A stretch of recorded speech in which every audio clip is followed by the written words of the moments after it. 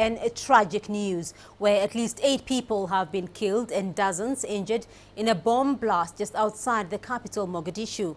Eyewitnesses believe the explosion was triggered when a taxi drove over a landmine. Authorities say the death toll may rise as some of the victims pulled from the vehicle's wreckage are badly injured. No one has claimed responsibility for the blast, but al-Shabaab has carried out similar attacks in the area in the past. It was the biggest explosion I've ever seen. Many people were killed and others were injured. A massive landmine blast hit this minibus. It was carrying more than 20 people. Only 5 survived, and they are all injured. And let's get more details on that now. And I'm joined live from Mogadishu by CCTV's Abdulaziz Bello. Abdulaziz, has there been any confirmation whatsoever on what exactly caused the explosion? Is this being viewed as a change in tact by the al-Shabaab?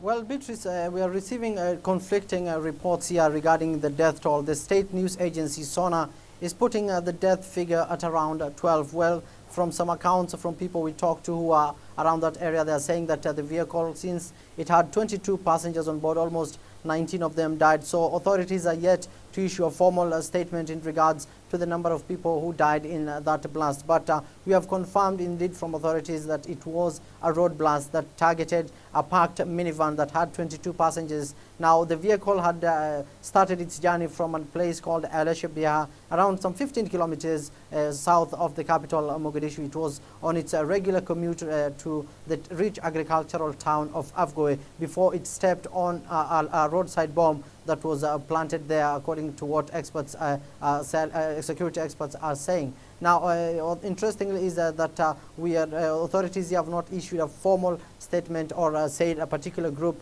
is responsible for this attack, but the spokesperson of the Ministry of National Security has told us that this was indeed a deliberate act of terror. That's how he referred to the act today of the almost 20 people who died in that blast. He said that this was indeed an action by al-Shabaab to show that it has complete disregard of civilian lives. Now, the road is very useful for the Somali security forces, especially AMISOM forces and the Somali elite commandos, who mostly use that route while they come from Mogadishu once they are headed to the lower Shabelle regions. Now, most recently also 5 Somali commandos were killed in a same incident when their vehicle stepped on top on a road side bomb that was planted there. That attack was claimed by the al-Shabaab, but for now the militant group has not yet claimed a responsibility, but we are keeping tabs on these development, Beatrice. Well, Abdulaziz, this latest attack though comes despite ongoing debate on whether the Somali National Army is able to take on the militants without support from the African Union forces, AMISOM, some who are likely to be leaving Somalia next year. Is there confidence though on the National Army's capabilities? Well, Beatrice, the recent announcement by some of the troop contributing countries, in this case Uganda, to pull out its troops by October 2017 has elicited mixed reactions here in Somalia. The authorities here have said that it's not the right time for the African Union to pull out its forces from Somalia. But in this case, the Somali National Army, yet as we have seen time and again, it has come under deadly attacks from the militant group. Now, the head of the Somali Army, whom we interviewed today, said that the militant group still poses a great threat here to Somalia, especially to the Somali Army, AMISOM, and also to the Somali federal government. In this case, the Somali Army commander is saying that the exit or the probable exit of the African Union forces should be done in a gradual manner, just the same way as to how the African Union forces came into the country. Now he's saying that the militant group is still a threat to the government, and until the Somali military is rebuilt and reintegrated into a powerful, formidable force that can challenge the al-Shabaab just like AMISOM, then he's saying that this will reduce the steps made by the African Union forces on Somalia over the past couple of years. So we interviewed him today, where he talked about the al-Shabaab, the upcoming election, and the challenges facing the Somali National Army. Local media reporting that al-Shabaab attacked a military post in El Hariri, a village in central Somalia, before dawn on Wednesday. Somalia's army has claimed victory, saying it gunned down 18 militants. But at least 5 soldiers are also reported dead.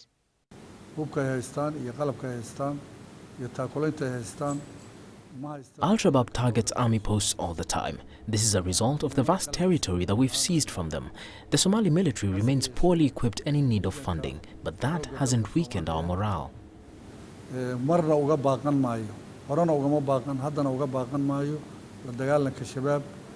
The Somali generals here say that the fight against the militant group al-Shabaab needs more than just a coordinated military approach. It's about boosting the morale of the soldiers who remain on the battlefront to challenge the militants. And the Somali army chief here says he has one mission, that of creating a competent Somali army, well equipped and well paid. These are some of the army's new recruits.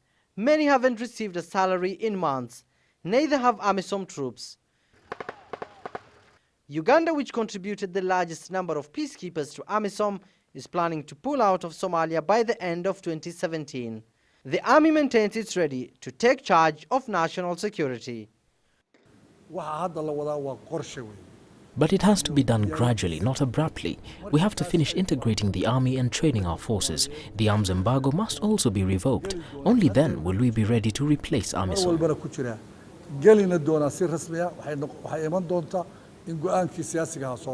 With barely 2 months to go until presidential polls, al-Shabaab has started stepping up attacks.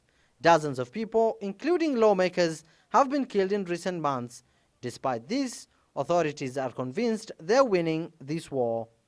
Abdulaziz Bilo, CCTV, Mogadishu, Somalia.